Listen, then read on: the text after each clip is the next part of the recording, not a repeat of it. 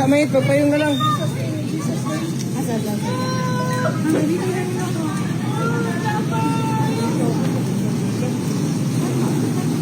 Well, ragad mo. Okay, banaot rin. Saan mo rin?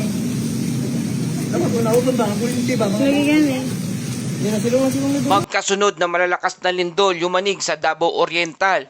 Double earthquake confirmed. Bulkang Taal nagbuga ng usok at may lindol din sa Isabela. Magandang araw Pilipinas, ito ang Pilipinas Weather ngayong araw ng Sabado, October 11, 2025. Narito ang ulat sa ating panahon at kalagayan ng ating bansa. Muli nating alamin ang pinakabagong kaganapan sa ating bansa mula sa pagyanig ng lupa hanggang sa pagbuga ng bulkan dito sa Pilipinas Weather ngayon. Huwag kalimutang i-like, share, and subscribe para lagi ka updated sa mga tunay na nangyayari sa ating kapaligiran. Mga kababayan, yanig ng magnitude 6.9 na lindol ang Manay, Davao Oriental bandang 7:12 PM kahapon ng Biyernes, October 10 na may lalim na 10 kilometers. Ayon sa PBOX, inaasahan ng pinsala at aftershocks sa lugar. Ang lokasyon nito ay 15 kilometers southeast of Manay, Davao Oriental at magnitude 6.7 to 6.9 na may tsunami moderate na 0.2 meters. Ang lalim nito ay 61.2 kilometers. Ang aftershocks ay na-record na 143 ranging from magnitude 2.0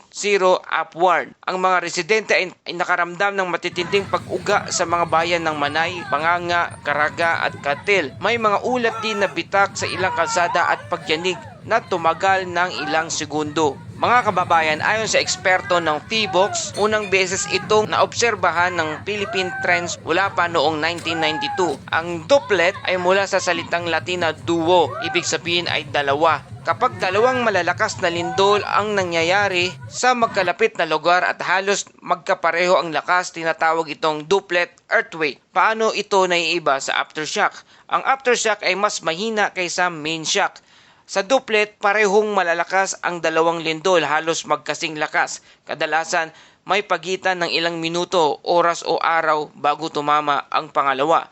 Halimbawa, kung may magnitude 6.7 sa Davao, tapos makalipas ng isang oras ay may magnitude 6.6 naman sa parehong lugar, iyon ay tinatawag na doublet earthquake. Grabe mga kababayan, dalawang malakas na lindol na magkasunod na araw. Hindi ito biro.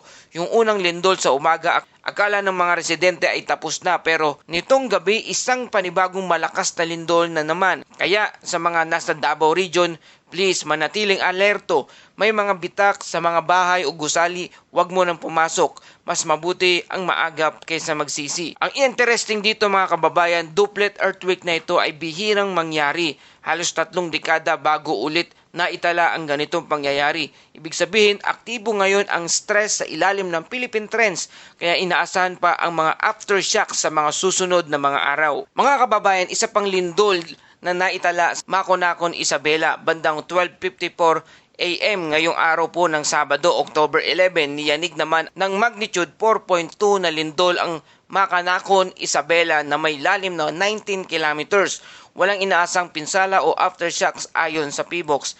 Maliit man ang magnitude nito kumpara sa Davao Oriental, importante pa rin ang pagmonitor. Ang ganitong lindol ay indikasyon na patuloy na aktibo ang mga fault lines sa hilagang bahagi ng bansa. Samantala, Bulkang Taal nagbuga ng usok. Sa Agoncillo, Batangas, nakuhaan ng isang residente ang pagbuga ng steam o usok ng Bulkang Taal nitong Biyernes ng gabi, October 10. Ang pagbuga ng usok ay indikasyon na mainit na singaw na lumalabas mula sa Crater Lake. Bagamat wala pang alert level ng change mula sa PBOX, pinapaalalahanan ang mga residente na manatiling alerto, maaring sinyalis ito ng pressure build-up sa ilalim ng bulkan. Mga kababayan, sa Batangas, kung mapapansin nyong may kakaibang amoy ng asupre o sulfur, mas madalas ang paglabas ng usok. Agad i-report sa inyong barangay o local MDRRMO. Huwag nating maliitin ang simpleng pagbuga. Madalas yan ang unang senyales bago tumaas ang activity. Samantala, mga ibon nagsiliparan sa Agusan del Sur matapos ang malalakas na pagyanig sa Davao Oriental. Napansin ng mga residente sa San Francisco, Agusan del Sur na nagliparan ang mga ibon o sa Bisaya ay langgam. Ayon sa mga eksperto, posibleng ito ay natural na reaksyon ng mga hayop sa paggalaw ng fault line o pagbabago sa atmosphere pressure. Kung minsan, mas sensitive talaga ang mga hayop kaysa sa mga instrumento natin. Kapag nagliparan ang mga ibon o nag-aasal, kakaiba ang mga hayop bago ang lindol, hindi yan pamahiin. Meron itong siyentipikong basihan. Sa kasalukuyan, nananatiling aktibo ang Philippine Sea Plate at Mindanao Trench kung saan nagmumula ang mga recent tremors. Posibleng magkakaroon pa ng minor aftershocks sa mga susunod na araw, pero wala pang indikasyon ng tsunami threat sa kasalukuyan. Samantala, ang Bulkang Taal ay patuloy na minomonitor sa ilalim ng Alert Level 1. Ibig sabihin, mababa pa ang posibilidad ng pagsabog pero dapat laging handa. At para sa ating Bible verse of the day mula sa Awit 46 verse 1, God is our refuge and strength, an ever-present help in trouble. Kahit anong pagyanig o sakuna, huwag tayong mawalan ng pag-asa.